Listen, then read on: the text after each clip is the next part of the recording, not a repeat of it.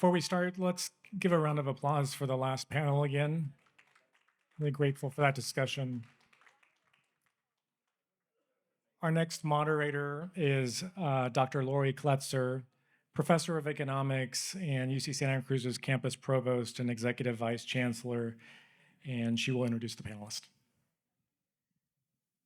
Good afternoon.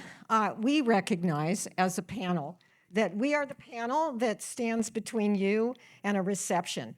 We also, however, want to take the opportunity to try to use a panel on innovation ecosystems to, in the spirit of the word ecosystem, to try to bring together some of the elements that have been in the preceding two panels.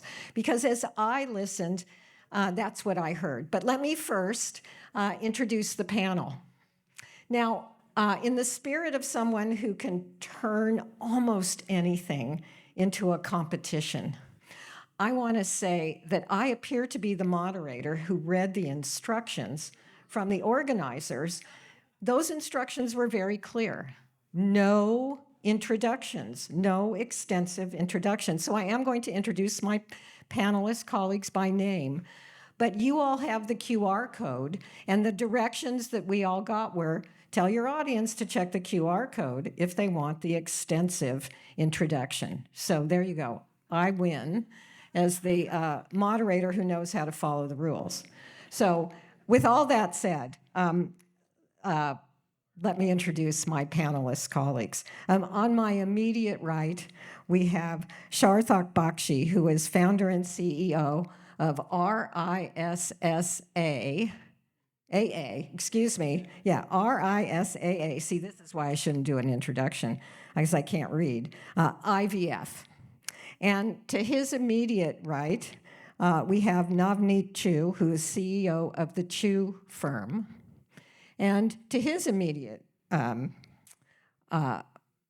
losing sense of direction, right? We have Karthik Shah, we have Vineet Argwal, who is Managing Director of the Transport Corporation of India Limited, and then Karthik Sharma, Director of Ignitio. And what we're going to do here, in the spirit of what I said, is as I thought about the preceding two panels, which were loaded with ideas, I heard some of the following elements. So I'm an economist, as you heard. I'm a labor economist. So I heard themes about the macroeconomy, the political environment, human capital via the university systems, and collaborations across university systems in human capital. From our most previous panel, technology and engineering, the doing and the making, the free flow of people. In the spirit of the innovation ecosystem, we have been a little light so far on finance, on venture capital, and clearly you can't talk about an innovation ecosystem without that.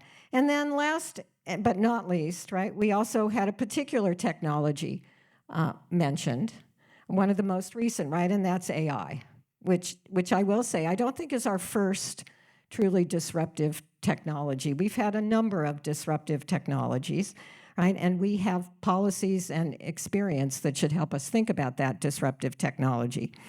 This particular panel had a premise, and that is that we should revitalize our innovation ecosystem, that there's a critical need to re-energize and revitalize our innovation ecosystem. So my first question, which I would like all of my panelist colleagues to comment on, is there a critical need to rethink and remodel innovation ecosystems? That is, would you question the premise, or would you support the premise that our innovation ecosystems, pick the one that you'd like, it doesn't have to be the one we're sitting in, right? Do we need to rethink and re-energize and reevaluate our innovation ecosystems? Who would like to go first?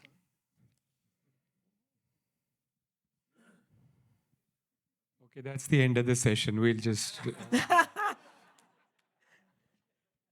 Okay, so since the three of them are going to talk about the severe need for a new ecosystem and innovation, I'll take the opposite point of view since I'm a lawyer. I only get paid if I take the opposite point of view. So I don't know what humanity and what our forefathers were doing for 299,800 years. I mean, human beings are 300,000 years old, right? If you listen to science. And if you look around the room, everything in this room and out on the street and in your house and in your office was invented in the last 200 years. So I don't know what our forefathers were doing. So I guess we should be grateful to them for giving us birth. So we should end that. But look at the last 200 years. And this is a premise for the rest of the three to argue with me. But look at what's happened in the last 200 years. The population was 1 billion 200 years ago, and now we have 8 billion. So we've added a lot of people.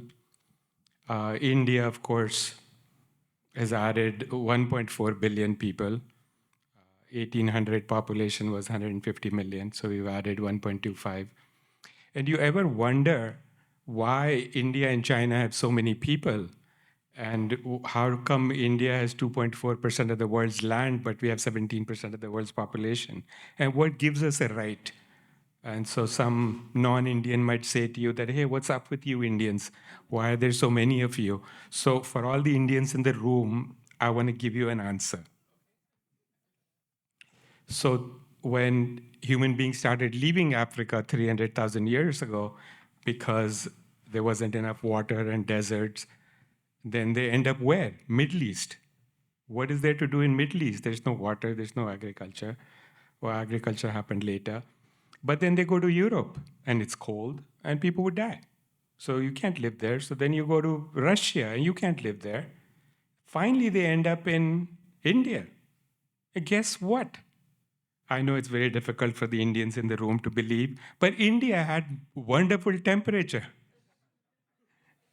and the biggest water system in the world, the Himalayan water system, and flat land.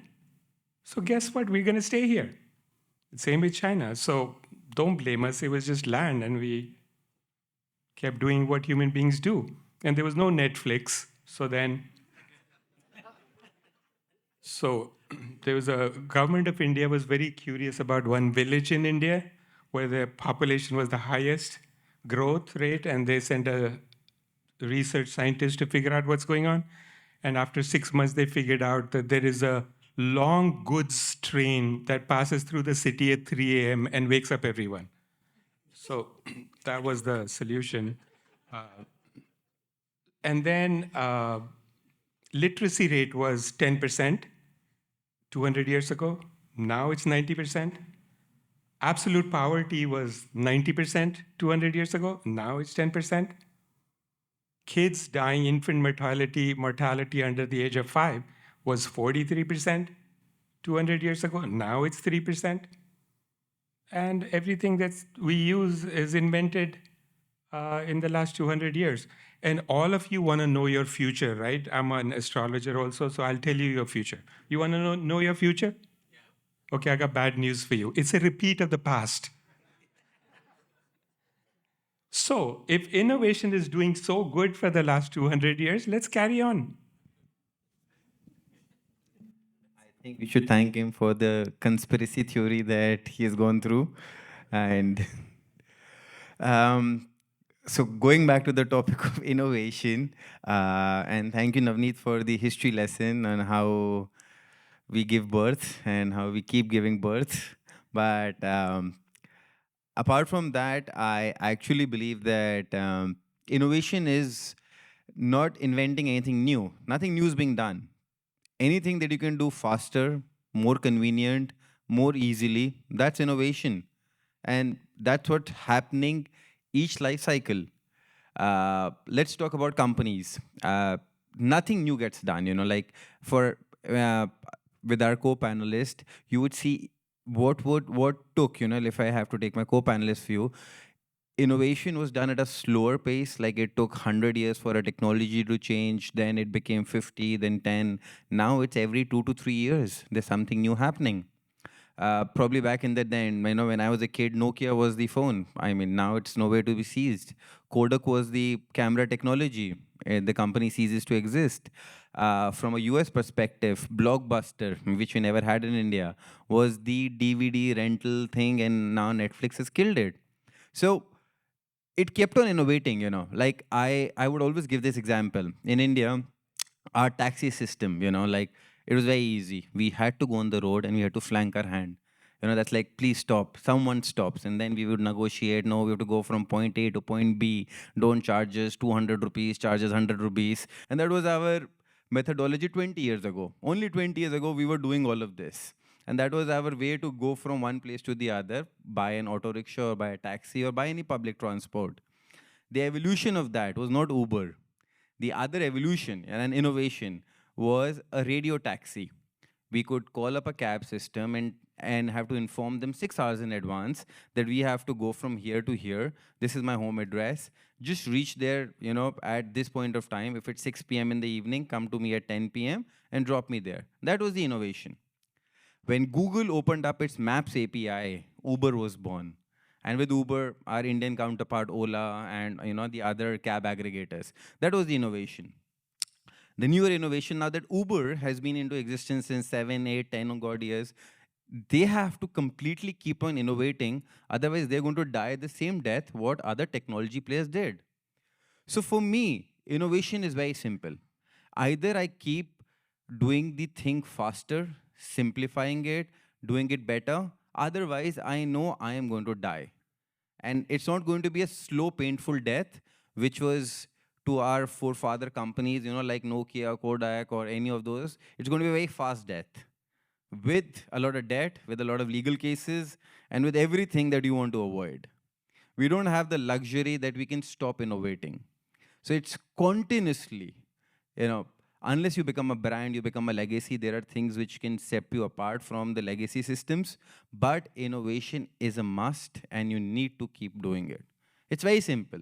It's not that Walmart hasn't ceased to exist. Amazon just gave price transparency, comfort, that's it. It did not do something new. I'm just trying to tell you that innovation is nothing that you have to go out there and think of a chemical process and completely radicalize and change anything. Nothing of that sort. Just make things faster, convenient, or simpler. As simple as that. And you would have a pot of gold. You would have struck wealth. To most of the millionaires and billionaires over here, if you have a legacy system, please be aware there's a startup kid over there, someone studying in any one of these UCs out there, thinking of revolutionizing your systems, going to do it better than you, and probably with the access to capital in Silicon Valley, can take over your businesses very easily. We have seen that occurring in India, old legacy diagnostic chains or anything getting taken over by e-pharmacies, e-system. The access to capital is here. So anyone in the Bay Area thinking that, they're safe because they have, it's been 6 generations, 4 generations, or, they've been doing this for 25 years, you can easily be evaporated, eradicated, or moved on. So you need to innovate continuously. Keep on doing, keep on thinking, and move along with technology. I'm sure our panel before that has talked about AI and ML and all of these things. Even if you don't know, try. Get new people in, get new technology in, get the new young blood in, take their ideas, don't implement them, but it doesn't take anything to hear them out. So we really need to do that. Okay, so Yeah. So the Thank you. answer, I we have think two I tend votes- to. we have 2 votes so far Yeah, for well, a pretty vibrant innovation ecosystem. well, I think he didn't talk much about the ecosystem per se, but what I tend to agree to a great extent with Navneet, that yes, the ecosystem is not really broken, but I think, as they say, necessity is the mother of invention. So there is a need for a lot of things to accelerate. I think climate change is one of them. I think there is still a large group of people around the world in various pockets, whether it's India or Africa or other places, that need to get out of poverty. and get basic things, and that means that we still need to continuously innovate. So the short answer is that the innovation system is not broken. It needs acceleration for certain areas for sure. I think we are not doing enough for it. I personally feel there's a quote by somebody, I forgot the name, that the future is already here, but it's not evenly distributed. So I feel that innovation system in pockets and clusters works well, but it's not evenly distributed across the world. So if I talk about between what happens here in the valley versus certain other geographies like India, for example, you would see that here there is a higher propensity and potential reward for failure. And that's why you see great amount of product innovation happening in the ecosystem in the Bay Area, right? But if I compare this to, let's say, in India, there is a certain stigma attached to failure. And that's why you would see almost 80% of tech companies would start off as product companies, but they would pivot into services. And they would always remain at Raymond profitability, a services company. They would never make a product, because if they fail, then nobody's going to back them. The venture capital ecosystem is not fairly mature in those geographies. And the same is in case in Africa and parts of the world. So I think that's one which is broken, that it's not evenly distributed for companies to innovate. And if they fail, there isn't enough backup for them. And that hinders innovation to be evenly distributed around the world. The second point I feel is that there are certain specific industries or certain specific industry clusters which foster more innovation that cater to a certain demographic, right? For example, certain diseases or certain problems which are catering to a particular demographic. Let's say there are so many diseases in Africa, right, which nobody is solving those problems. Because in terms of innovation ecosystem where innovators are going to get rewarded, they tend to focus on problems in which there is highest rate of return, which means that the innovation may not be inclusive. So that's the second problem. You would want an innovation ecosystem that is inclusive, that solves problem for the bottom 10% as well, and not focused only on solving problems for people whose basic needs are already met. So that's the second one. Third, I would feel is that the innovation ecosystem has to focus on solving local problems. So I work in the area of AI, and whenever I am in certain forums, I would always see people talk about how AI and these innovation ecosystem could solve SDGs. And I'm like, forget solving world power or hunger. Like, can you solve this particular minute problem in your local community? Can you solve a problem of waste management or garbage disposal in your area, in your district, in your village? Solve or wait for solving the big problems of the world later on. So I think innovation ecosystem has to reward solving problems at community level, which again I feel is not evenly distributed. There would be pockets and clusters in the world where you would get rewarded to solve a local community problem. But if we have a mechanism in which industry, academia, and government can come together, and there is a systemic reward to solve for your local problems, I think that would be a ecosystem growth I would love to see. Thank you for that. Let me try to pull a couple of these threads. I heard very clearly that for innovations that can be characterized as, kind of faster, better, cheaper, quicker, we do more than pretty good. Like we got that one. But what I heard all of you say, whether strongly or lightly, is that if we look at issues that maybe only exist locally, maybe only exist for the lowest incomes of local and global populations, and most clearly, if we think of the greatest challenge, which is climate change mitigation, that we need to be thinking about, we need to likely be thinking about what's missing or needs to be added or needs to be shaken up, right? Or needs to be strengthened.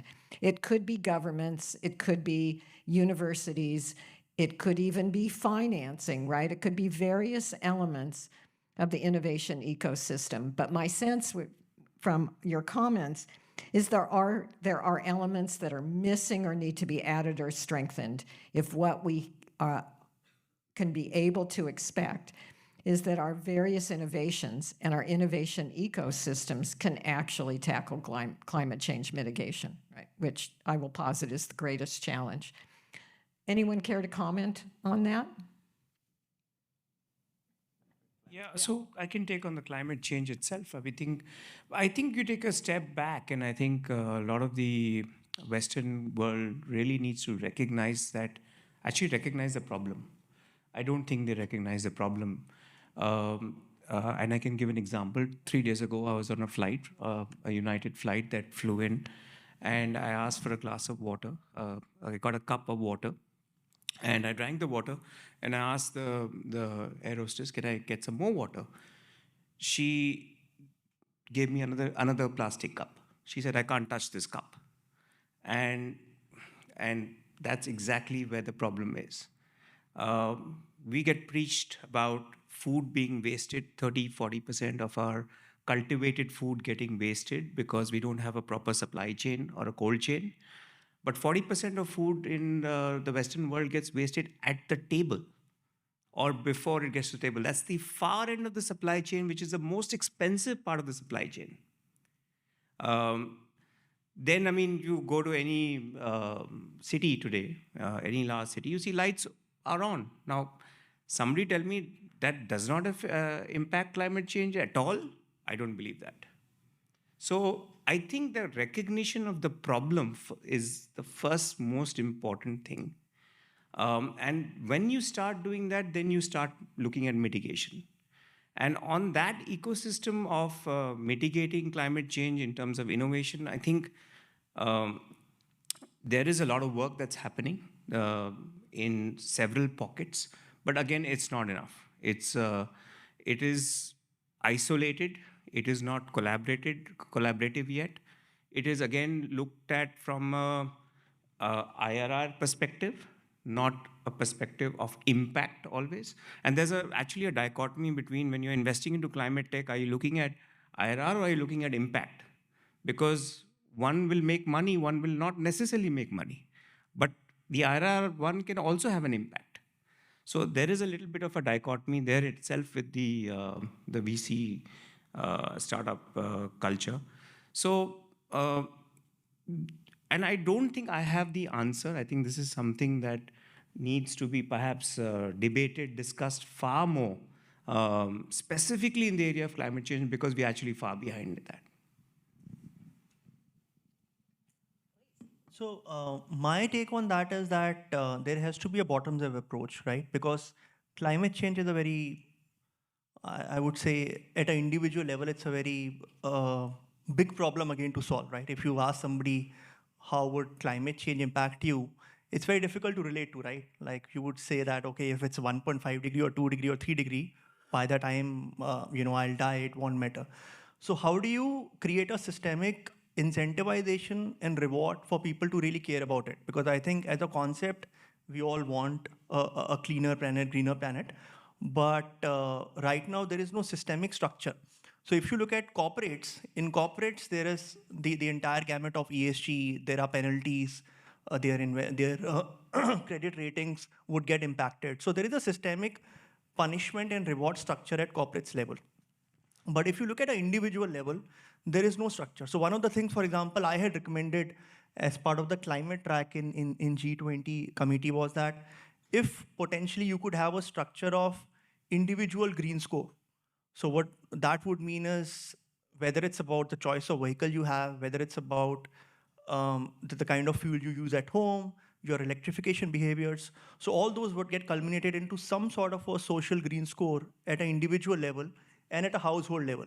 And then based on those levels, you could do things like a red, yellow, green, red, amber, green outside your house. So then in your community, if let's say everybody is green and you are a red household, there is a social pressure on you to be greener. That's one. Second is you could also translate into some sort of systemic rewards. So if you are a green household, then you would get some sort of tax rebates. or your toll would get subsidized or waived off, or you would get you could link it to sort of a social scoring system like you have in China. So in some sort of systemic reward and motivation for you to have a lower carbon footprint. I was just joking with Vinita, right? So I'm taking a direct flight from SFO to Delhi, and she's going all the way around from Dubai and then to Delhi with a higher carbon footprint, right? But then how do you start to care about it? I mean, as an organization, you may care, but at an individual level, there is no motivation or penalty for you to have a higher carbon footprint. So even though she knows that it's going to cause a higher carbon footprint, beyond a point doesn't care, right? Because there is no systemic structure around it. So I believe if we could, at the individual level, come up with some sort of structure or some sort of incentivization, then I think people behavior would start to get adapted. Otherwise, it will remain a very esoteric concept that, yeah, let's talk about climate. It's good to talk on these forums, but then everybody at an individual level have behaviors which are counterintuitive to a lower carbon footprint. Very, very good. So if I could rephrase what you said, a large part of what I heard you say is that affirming that many, if not all, of the great successes we see out of traditional innovation ecosystems actually come from the commercial perspective, right? That's what it's really driven by. And in the absence of that, what I heard you suggesting is we need to, loosely speaking, monetize behaviors in the direction that all of us need, right? So that we have to get private behavior, which just strikes me as an enormous challenge to say this is a problem that classic innovation ecosystems can handle, even though those classic innovation ecosystems have a history of showing us the enormous innovative perspective, right? But without the monetization of the behavior, right? The thing that's the most akin to commercialization. We have a system that's good at one thing, but that doesn't appear to be very good at this moment at our greatest challenge. Am I off base there? Because I'm trying to, I am clearly trying to urge this to kind of away from there's a certain self-congratulatory stance that we can all have about innovation ecosystems, particularly as we sit in this building in this location, right? And I want to try to urge that in this other direction because of this incredibly, enormous challenge that we face. Anybody want to take me up on it? Further? That is, further take me up on it? So, Lori, better, cleaner, faster, more efficient, that's great with innovation. And the last 50 years or so, since 1978, the world has been looking to China for global growth. And now that China has removed 800 million people from absolute poverty, and the per capita income of an average Chinese is now 5x that of an average Indian. And in 1978, it was $300 per year for both country people. And now the world is looking towards India to be the next global growth engine. But somebody very smart once said that the hardest things to do in life are the simple things. And if you look at India, fine, this innovation is great, and a lot of it is happening. But what is ChatGPTs of the world going to do for India when we need innovation at the absolute foundational ground level? For instance, there's 900 million people in India that are of working age, between the ages of 16 to 64. 900 million people. Officially, on formal payroll in India, it's 60 million people. Not even 10%. So what's happening with the other 840 million people?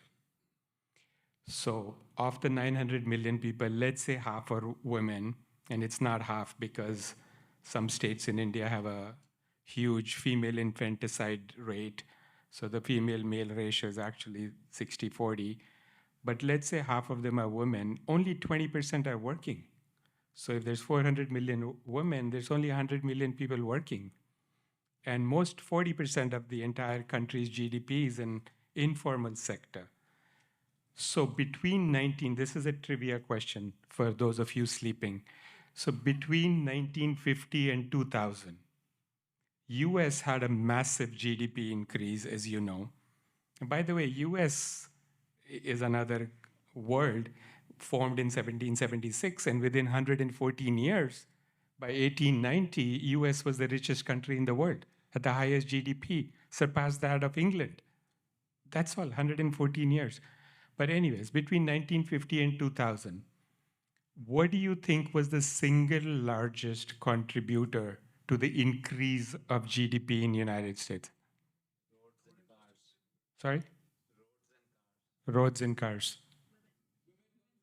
Women going to work. Birth control pill drove women to work from 55% now. And imagine India, right? So there's 900 million people of working age and 60 million on official payroll. And 400 million people are actually working. Out of that, 500 million are not working. And of the 400 million working, 150 million are in agriculture, 45%. Want to guess what the percentage of US workforce in agriculture is? 3%. And US produces 80% of what India produces in agriculture. So what faster, cleaner, efficient thing, innovation, is going to fix all of these problems, the foundational issues of India? So we have 600 million people living in villages. Half of them, 300 million people, are living in villages with a population of less than 1,000.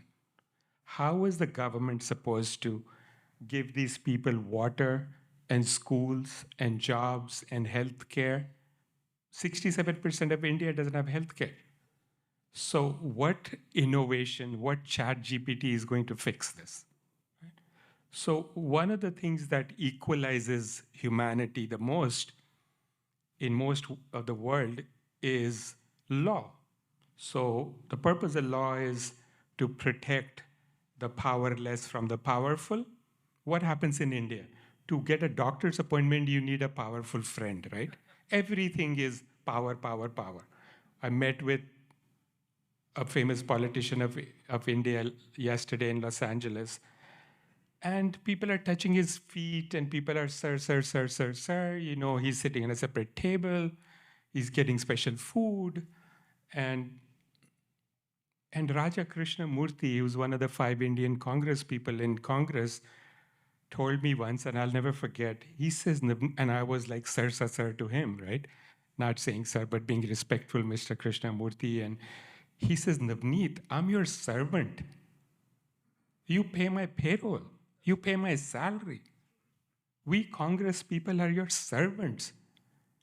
You think we can teach this to 1.4 billion people of India that Mr. Modi is your servant? Or these Congress people in India are your servants? So what equalizes humanity? Law.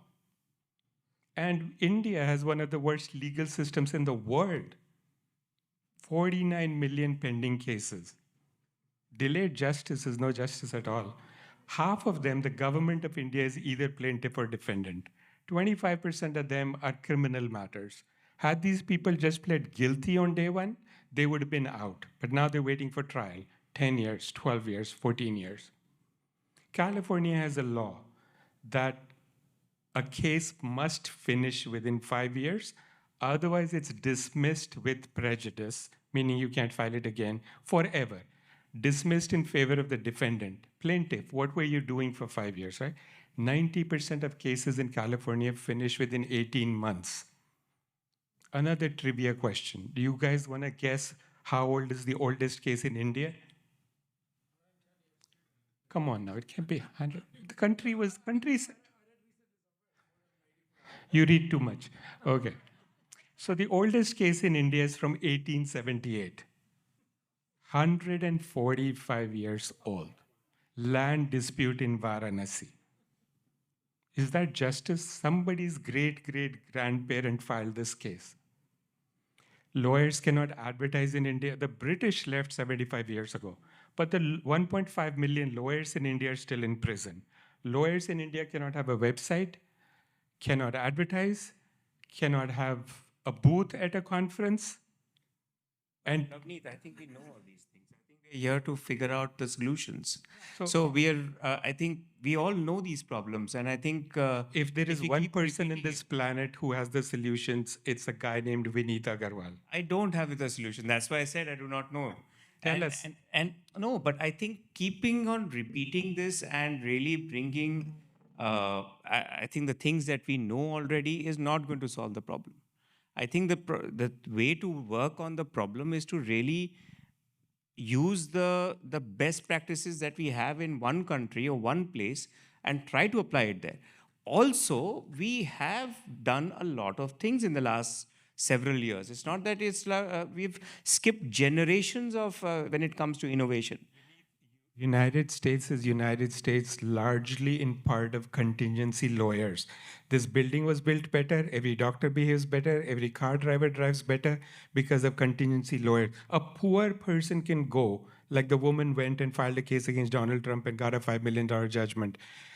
India, lawyers cannot take a matter on a contingency basis. Might as well put a sign outside India that says there is no justice for the poor in this country. Just digressing from the innovation topic to a US-India debate, which it shouldn't be. But I mean, to all our panelists, so every country has its own merits and demerits, and we are not here to discuss about a country's demerits versus the merits of the other country. I believe there is something to learn from everyone. US, though great as it might be, still needs to learn a lot of things from a cultural and a social economic perspective. It's not that, I mean, just to counteract that, it's not that there is no poverty in US, there's no crime rate, there is no rapes, everything happens here. Same things.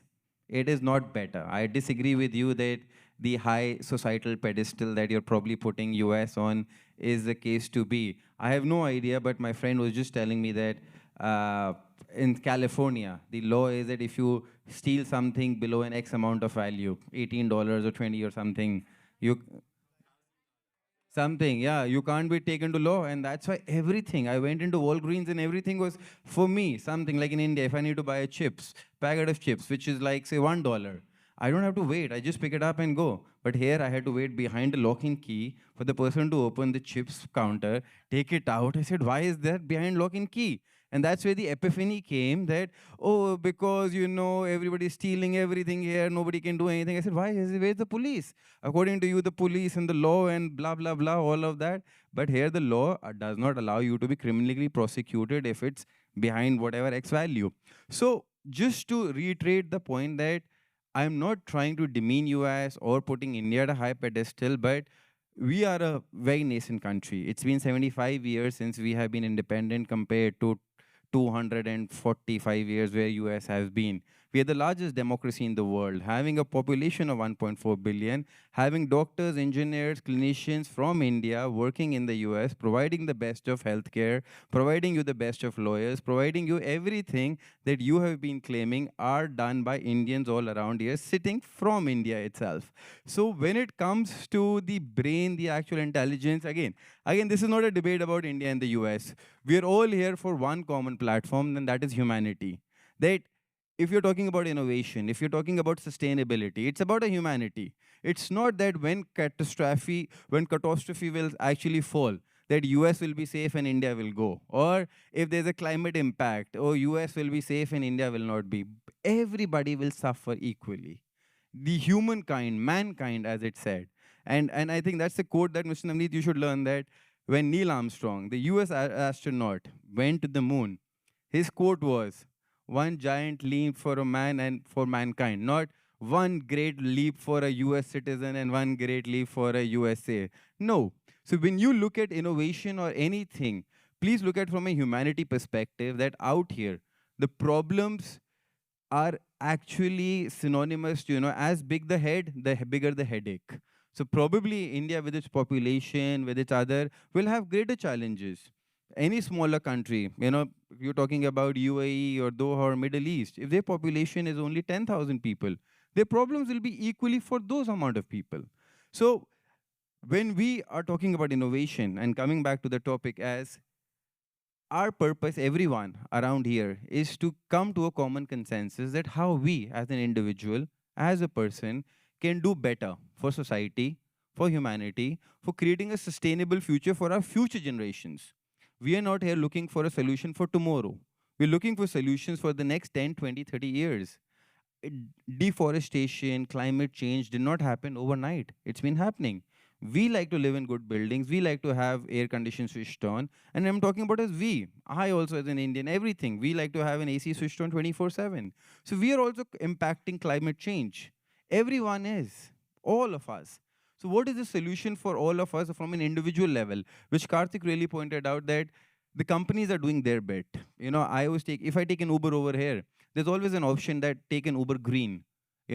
That might save. That's a choice that the companies are doing. That if you get a choice between a diesel car and a green car, will you take a green car? Yes, if the availability is there, if they're going to, if I don't have to wait for a longer period of time, I'll choose the green car. But that's where the solution comes in. That apart from companies, as individuals, what can we do? Can we stop wasting food? Definitely we can if we become a little conscious. Can we switch off all the lights before we go to bed? We can definitely do that. Can we stop wasting water? Start taking minimal amount of showers. There's so many things that an individual can do for the impact that they can create. The only thing is we have to be conscious and self-regulated. So on that note, just conscious and self-regulated, and you are creating the impact that you have to create. Very, very well said. And before I launched us on this path, right, the intention was that we have this enormously powerful, successful, results-oriented system, right? Call it the innovation ecosystem. And why can't we turn the power and the accomplishment, right, of that, and the wealth generation, right, of that systems, right? Because they differ in each of their locales. They differ if they're oriented around an industry, if they're oriented around a service, right? But what does it take to given that all of us exist in various parts of that innovation ecosystem, can we turn, right, the power of those systems toward these great challenges, right? Not to blame, it's not blame about, because, there's a way in which all of us in our histories and legacies already own that, right? That's the past. But the future, right, is the one where we find the solutions, right? So whether that's the macroeconomy or policies or human capital or venture capital or culture, right? Particularly, think about culture. How is it we take the innovation ecosystems that exist in the United States and also in India, can we get them to collaborate across geographies and across culture toward the world's greatest challenges?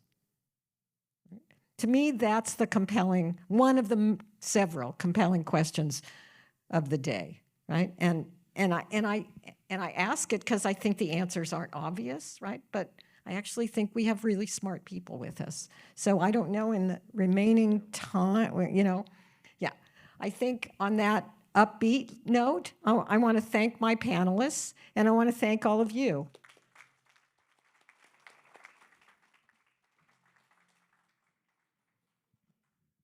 So thank you so much. What an interesting panel. I think I'd like us to thank all of the panelists that we've had today. I want to acknowledge our deep collaboration with AIMA, that really was the generative collaboration that led us to this interesting discussion, to thank our sponsors, Chew and Trivium, and to welcome all of you to join us now to continue our conversations one-on-one out in the reception that'll be just outside the room there. So thank you for coming and enjoy the reception.